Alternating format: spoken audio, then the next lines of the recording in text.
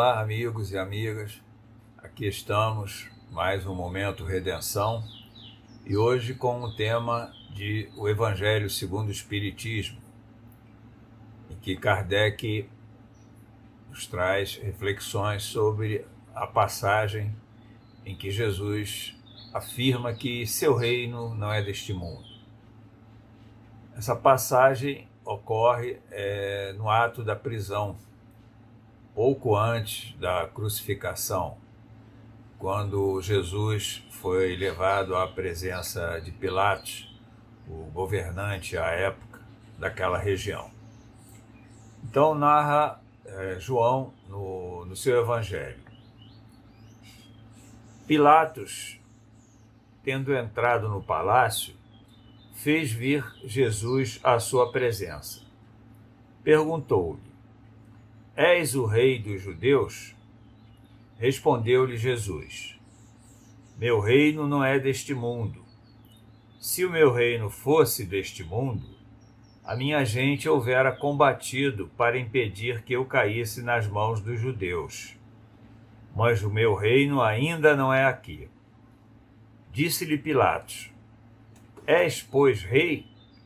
Jesus lhe respondeu: Tu o dizes, sou rei, mas não nasci e não vim para este mundo, senão para dar testemunho da verdade.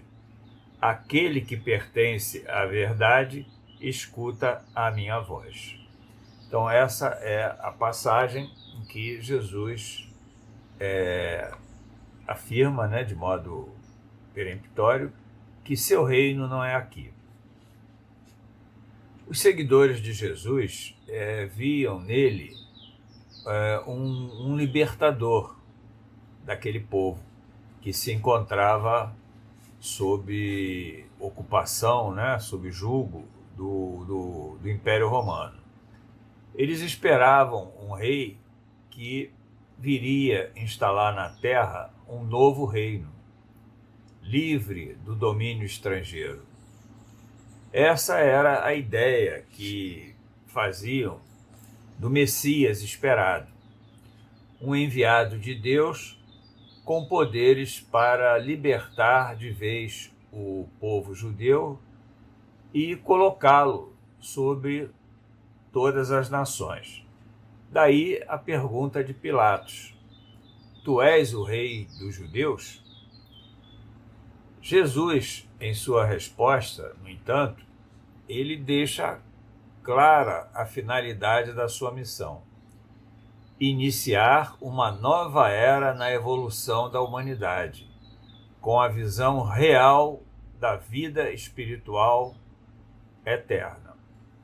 Então, trazer a verdade da vida futura, da vida eterna, das leis morais, era essa a missão de Jesus, pois estas são indispensáveis para a existência do reino de Deus na terra. Mas ele diz também que tem um reino, mas que seu reino ainda não é aqui.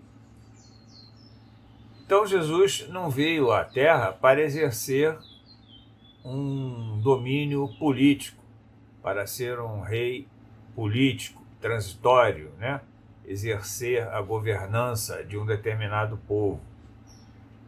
Os judeus esperavam um rei com essa missão, um rei que fosse um guerreiro, que viria com uma espada em punho para salvar aquele povo do domínio romano e até para dominar outras nações, colocando o povo judeu, que seria o escolhido, segundo eles acreditavam, acima de outras nações. Mas Jesus não tinha um povo escolhido. Sua família era toda a humanidade. Ele chegou falando em amor e não em guerra. Falou que devemos dar a outra face ao invés de revidar uma agressão. Quer dizer, ele não era o rei guerreiro que o povo de Israel aguardava. Ele não nasceu num castelo cercado da realeza, como acontece com todos os reis terrestres, né? Ele nasceu, segundo relatas no Evangelho, ele nasceu numa manjedoura, num estábulo, cercado de pessoas humildes, sem posses e de animais. Seu pai era um humilde carpinteiro, sua mãe se dedicava aos cuidados familiares. Portanto, já no seu nascimento, ele deixou o ensinamento de que seu reino não era aqui, que ele não era um rei terrestre, um rei como a humanidade estava acostumada a conviver. Seus companheiros de missão eram homens simples, humildes. Ele não tinha exércitos, não tinha soldados ao seu lado. Eram pescadores que lutavam pela sobrevivência e trabalhavam para obterem o pão de cada dia. Então, era um rei totalmente diferente daquele rei que o povo de Israel esperava. Interpretando essa passagem, Kardec explica que não é deste mundo o reino de Jesus, todos compreendem. Mas também na terra não terá ele uma realeza.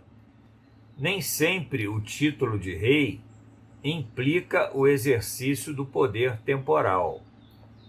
Dá-se esse título, por unânime consenso, a todo aquele que, pelo seu gênio, ascende ao primeiro plano numa ordem de ideias quaisquer, a todo aquele que domina em o seu século e influi sobre o progresso da humanidade.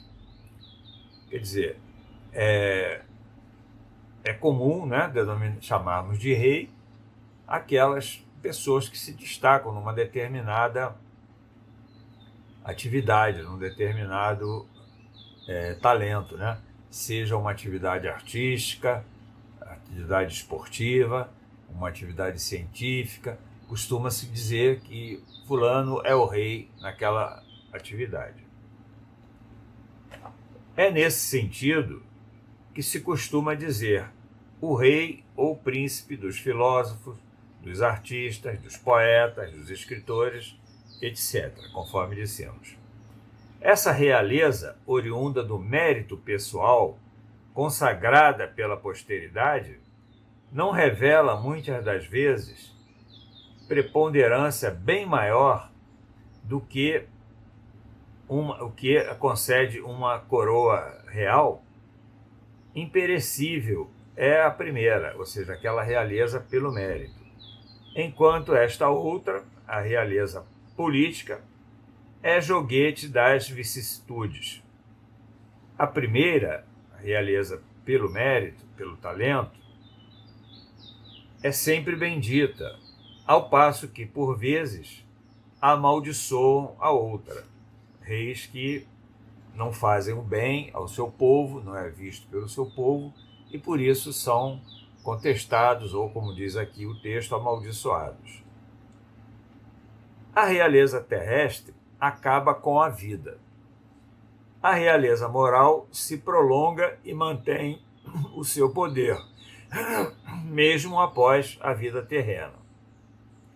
Governa, sobretudo, após a morte. Sob esse aspecto, não é Jesus mais poderoso do que um rei na terra? Razão, pois, lhe assiste para dizer a Pilatos, conforme ele disse: sou rei, mas meu reino não é deste mundo. É como Kardec explica, né, essa passagem no capítulo que nós estamos abordando, o capítulo 1 de Evangelho segundo o Espiritismo, o item 4. Então, Jesus claramente, quando ele diz que seu reino não é aqui, ele se refere à vida futura. Vida futura que ele ensinou em vários momentos, conforme narram os evangelhos, e que deve ser a meta da humanidade. Nós não devemos depositar os nossos interesses, os nossos esforços, os nossos trabalhos na vida terrena. A principal preocupação do homem na Terra deve ser com a vida futura, procurar se melhorar, adquirir valores morais, valores intelectuais, ou seja, valores espirituais, porque são estes que nós levaremos para essa vida futura. Os valores terrenos, os bens terrenos, eles são importantes, porém apenas enquanto nós estivermos aqui na matéria. Eles nos são concedidos para que nós utilizemos esses bens em função do nosso progresso, na busca do nosso progresso. Eles são instrumentos, não são fins, não são objetivos. O nosso verdadeiro objetivo aqui na Terra é nos melhorar, adquirir aqueles chamados tesouros do céu, que Jesus também ensinou, porque são estes que nós levaremos para a vida futura. Então, sem a vida futura, todos os ensinamentos de Jesus perderiam a razão de ser, pois tudo terminaria com a morte do corpo. Para nada serviria o nosso trabalho, para nada serviria o nosso esforço em nos melhorar, as virtudes, os afetos construídos, porque com a morte do corpo tudo estaria acabado. Então, sem a vida futura, esses ensinamentos de Jesus não teriam sentido, não teriam razão de ser. Então, a realidade da vida futura é a base de todo o ensino de Jesus. Partindo dessa realidade, é que nós devemos buscar os ensinamentos do Cristo, o que não era bem compreendido pelo povo judeu. Eles não tinham ainda evolução, não só no campo moral, mas no campo do intelecto, para compreenderem essa realidade. Segundo eles acreditavam, a recompensa pelo cumprimento das leis de Deus era recebida aqui na terra, com a posse dos bens terrenos. E também com a supremacia da sua nação sobre as demais. Era esse o tesouro que aquele povo cultivava e buscava. Jesus revelou que essa vida futura, ela é vivida em outro mundo. Ele deixou claro que há um outro mundo. E nesse outro mundo é que está o seu reino, ou seja, na vida futura. E o Espiritismo veio completar esse ensinamento, como tantos outros, quando traz aos homens a demonstração clara e inequívoca dessa vida futura. Veio quando a humanidade já se encontrava madura para receber esse ensinamento.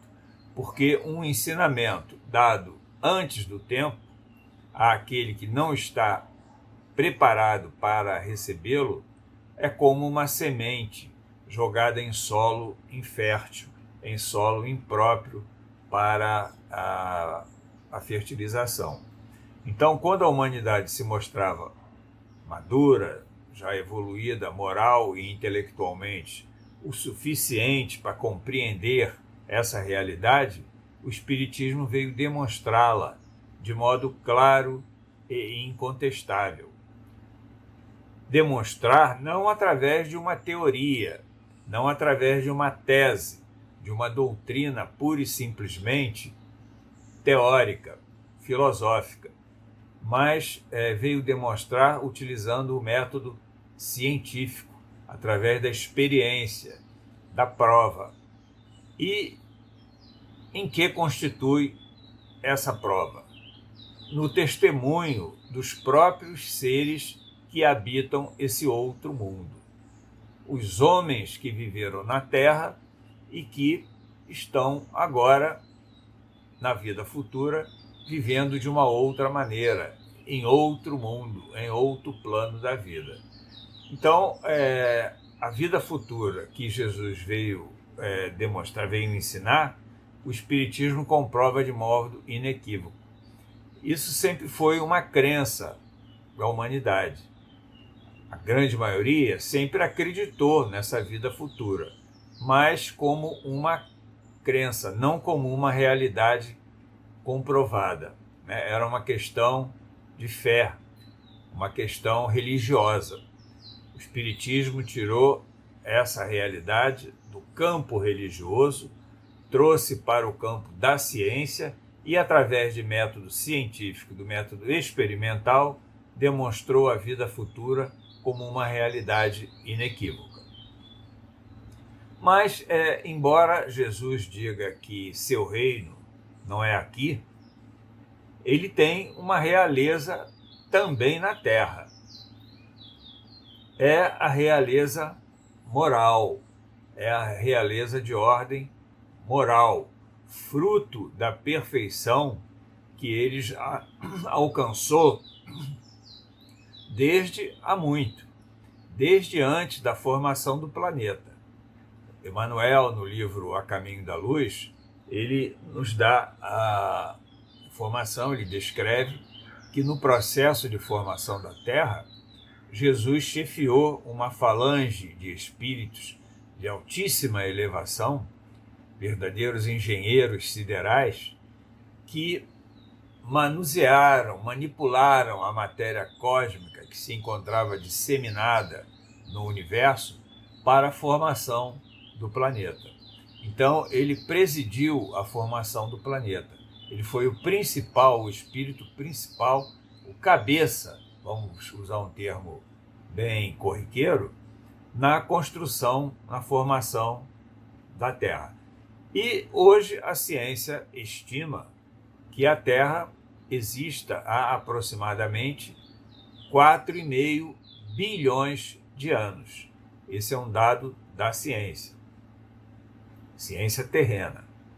Então, a conclusão a que nós temos forçosamente que chegar é que já há 4,5 bilhões de anos, Jesus já era um espírito perfeito, um espírito puro, inteiramente depurado de vícios, de imperfeições, de todo e qualquer defeito, e com a cota de conhecimento, com a cota de perfeição, possível de ser adquirida a uma criatura.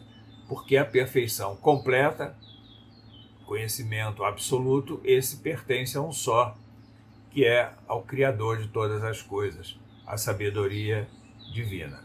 Então, como consequência dessa perfeição alcançada há tanto tempo, que Jesus exerce também uma realeza aqui na Terra. Uma realeza que essa é para sempre. Não é uma realeza temporal, como a dos reis terrenos, que está sujeita às vicissitudes políticas, transitórias. Não, essa realeza ninguém tira de Jesus. E visa não pura e simplesmente um processo de governança de um povo, de uma nação, mas visa conduzir toda a humanidade à conquista dos verdadeiros valores da vida, a compreender o motivo da nossa passagem aqui pela vida material. Não tem nenhum povo preferido, nenhum povo escolhido. Toda a humanidade há que progredir, toda a humanidade há que alcançar a perfeição. Então, são os valores espirituais, a que nós nos referimos há pouco, que Jesus veio ensinar e ajudar os homens a desenvolver. Todos nós recebemos como herança divina a semente desses valores. Deus poderia já nos ter dado esses valores, essas conquistas, e nos formado inteiramente prontos e acabados para desfrutarmos dessa perfeição. Mas os Espíritos explicam que Ele quer que essa perfeição seja objeto de uma conquista, de um trabalho, de um esforço a ser desenvolvido por cada indivíduo para alcançá-la, para que nós possamos ter mérito em desfrutá-la. Então, a semente dessas virtudes, nós recebemos, como eu disse, como herança divina, e estão latentes em nós para que nós venhamos desenvolvê-las. E cada um, então, é dotado de livre-arbítrio para escolher o modo como esses valores serão desenvolvidos. Então, a realeza de Jesus não é um poder temporal, político, nem provém dos homens. Ele não foi eleito um rei, nem escolhido por uma oligarquia como tal. A sua realeza é oriunda de seu mérito pessoal. Está acima da realeza que nós conhecemos aqui na Terra. Então, a diferença entre a realeza terrena e a realeza de Jesus, explica Kardec. A realeza terrestre acaba com a vida.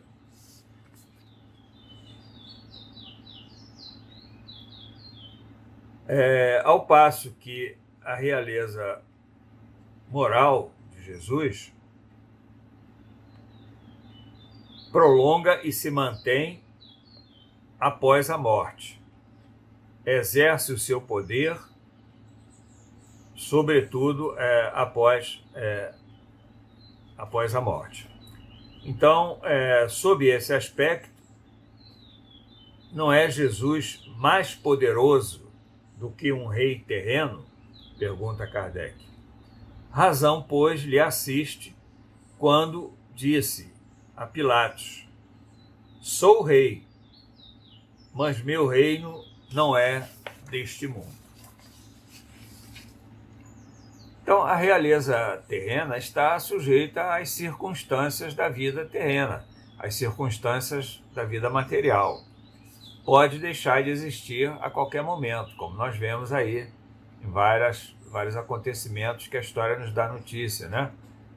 Reis que são depostos, né, do seu trono, né, do seu poder, por motivos vários, no momento em que ele já não atende à vontade do povo, muitas das vezes atende à vontade de uma minoria oligárquica que na verdade comanda o poder político daquele povo. Enfim, por qualquer motivo ela pode terminar num determinado momento. Por isso Kardec diz que ela é temporária. Já a realeza de Jesus, ela é imperecível, ela é atemporal, ela é para sempre. Alcança todas as gerações, a geração atual, a geração de sua época e as gerações que se sucederem, e se mantém mesmo após a morte. Então, Jesus é a autoridade maior da Terra, é designado pelo Criador para direcionar a caminhada evolutiva da humanidade que está ligada a esse planeta, e por isso os espíritos o descrevem como guia e modelo da humanidade, conforme a questão 625 de O Livro dos Espíritos. É, portanto, o mais poderoso, ele é mais poderoso que todos os reis da Terra. Mas, embora diga que seu reino não é deste mundo, Jesus tem também uma realeza aqui na Terra, como nós já dissemos, né? A realeza moral, fruto de sua perfeição. Essa superioridade moral, essa sua realeza, não decorria do seu corpo físico, nem de um poder concedido. Sua constituição física era idêntica à de todos os homens.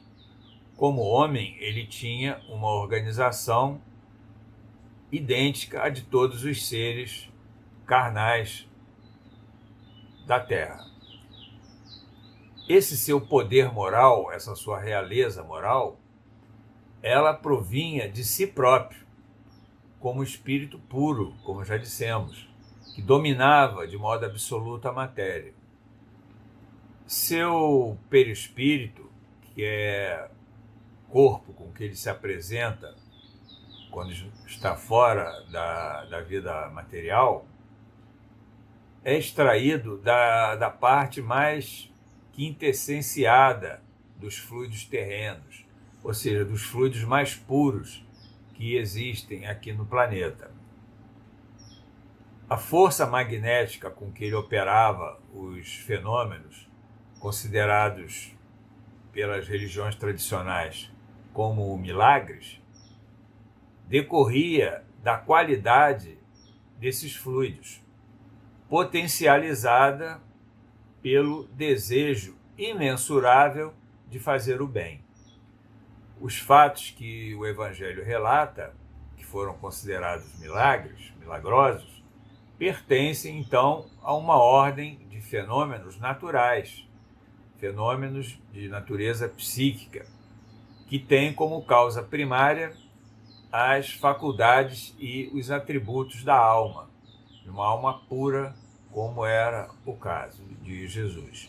Ele agia por si mesmo, ele não precisava ele não era médium de outras forças igualmente evoluídas, né, como alguns sustentam. Jesus agia por si próprio. O médium é um instrumento que serve a espíritos desencarnados. Jesus não precisava de assistência de espírito, ele não servia de intermediário para espírito algum. Ele agia por si mesmo, em virtude de sua força e de seu poder pessoal. No final do capítulo, como em todos os capítulos dessa obra, do Evangelho segundo o Espiritismo, Kardec traz instruções dos espíritos a respeito do tema tratado.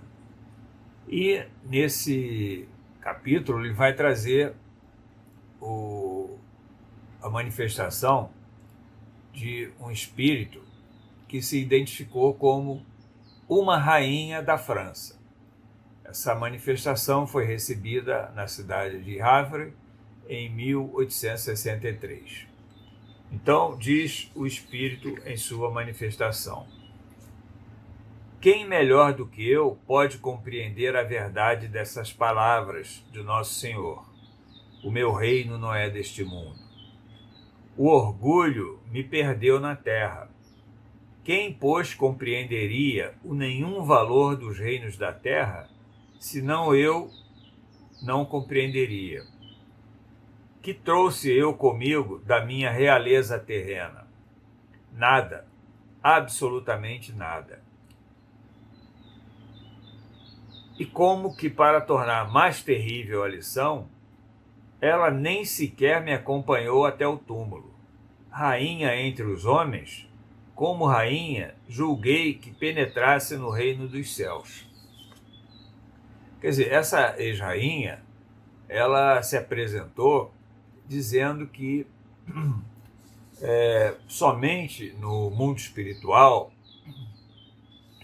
ou seja, na vida futura, ela conseguiu compreender essas palavras de Jesus, que seu reino não era desse mundo.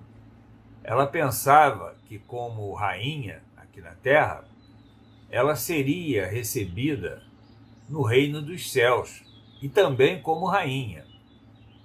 E ela surpreendeu-se que, ao despertar no mundo espiritual, não levou consigo o título da realeza e nenhum daqueles benefícios, né, que esse título, daqueles privilégios que esse título lhe concedia aqui na Terra. Ela se despertou no mundo espiritual, provavelmente numa situação de dificuldade, e não como uma rainha que ela imaginava que seria, como ela seria recebida. E ela continua: que desilusão, que humilhação, quando em vez de ser recebida como soberana, vi acima de mim, mas muito acima, homens que eu julgava insignificantes e aos quais desprezava, por não terem sangue nobre. Como então compreendi a esterilidade das honras e grandezas que com tanta avidez se conquistam na terra? Quer dizer, muito mais ainda, ela se viu não apenas desprezada, sua nobreza, né, não reconhecida, mas constatando acima dela homens a quem ela desprezara aqui na Terra, por não serem considerados de sangue nobre, como muitos da realeza consideravam à época, e hoje até ainda tem quem considere, né? E viu que esses homens, né, em espírito, estavam em condição espiritual melhor que ela, numa situação acima, né, em termos de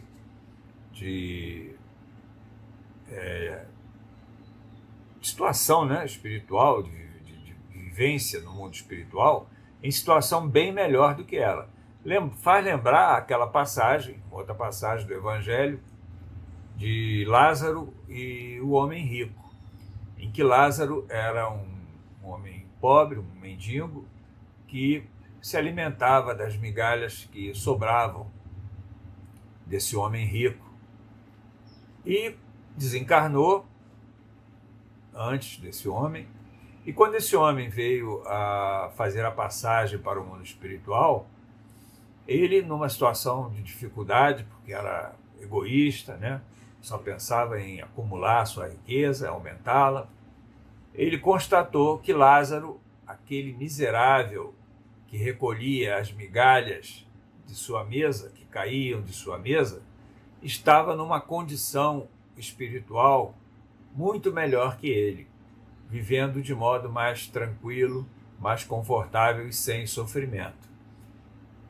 Ele estava nessa condição de sofrimento, com muita sede, implorando que lhe molhassem os lábios, e justamente quem veio lhe dar esse socorro foi Lázaro, aquele mendigo, aquele miserável que ele desprezara e que tratara com tanta humilhação. Então, com essa rainha aconteceu a mesma coisa, né? Ela vivenciou esse exemplo trazido do Evangelho. Ela chegou lá e viu que homens que ela desprezara, que ela tratara com humilhação, por não pertencerem à nobreza, estavam numa condição muito melhor que ela, que se apresentava naturalmente numa situação de sofrimento. Então ela conclui: para se granjear um lugar no reino dos céus, são necessárias a abnegação, a humildade, a caridade em toda a sua celeste prática, a benevolência para com todos. Não se vos pergunta o que fostes, nem que posição ocupastes, mas que bem fizestes. quantas lágrimas enxugastes. Quer dizer, a dor e o sofrimento em espírito, né, nessa condição, fez com que ela então percebesse essa realidade que Jesus já ensinara, né? Está lá no Evangelho, em que ele coloca a caridade como o único caminho para a salvação do espírito, a única condição para a entrada no reino dos céus. Então, ela reconhece, finalmente ela conseguiu compreender que para a entrada nesse reino, o que se exige é a prática da benevolência, é a prática do bem, e não a posição que nós estamos ocupando aqui na Terra. Por isso ele falou, Jesus disse aos discípulos, uma lição bem clara e que devemos refletir, sobre a qual devemos refletir, né? Ele diz: quando vier o Filho do Homem, serão todos colocados diante dele, e ele separará uns dos outros, como o pastor separa o bode das ovelhas. Então a rainha veio nos contar a sua experiência após a morte, percebeu essa realidade, que nessa separação ela ficou do lado ruim, do lado que ia passar por dificuldades e por sofrimento, e que Deus não privilegia nenhum de seus filhos. Ele dá a todos de acordo com como as experiências foram vivenciadas.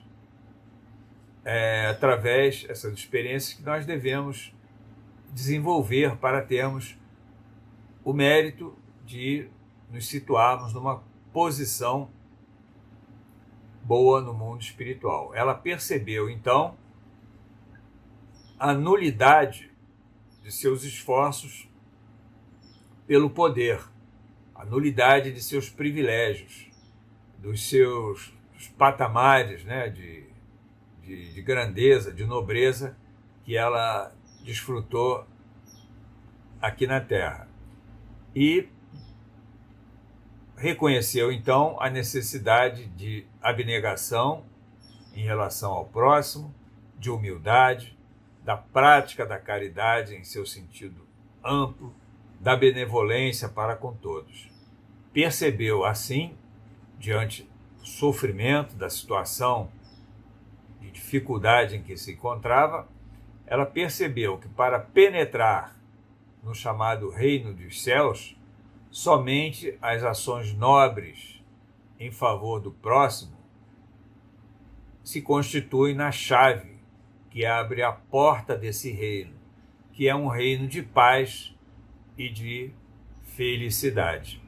De nada adiantam os títulos, de nada adiantam as propriedades, os bens terrenos, que, como nós já dissemos, esses bens são úteis, nós precisamos ainda deles, mas é preciso saber utilizá-los, sempre tendo em vista a sua real finalidade, que é nos ajudar nesse processo transformador, para que quando nós deixarmos a vida material, quando vier o Filho do Homem, segundo as palavras de Jesus, com a sua majestade, e separar os bodes das ovelhas, ou seja, separar aqueles que praticaram o bem, que vivenciaram a caridade, e aqueles que não se preocuparam com a sorte de seus semelhantes, nós estejamos do lado das ovelhas, né?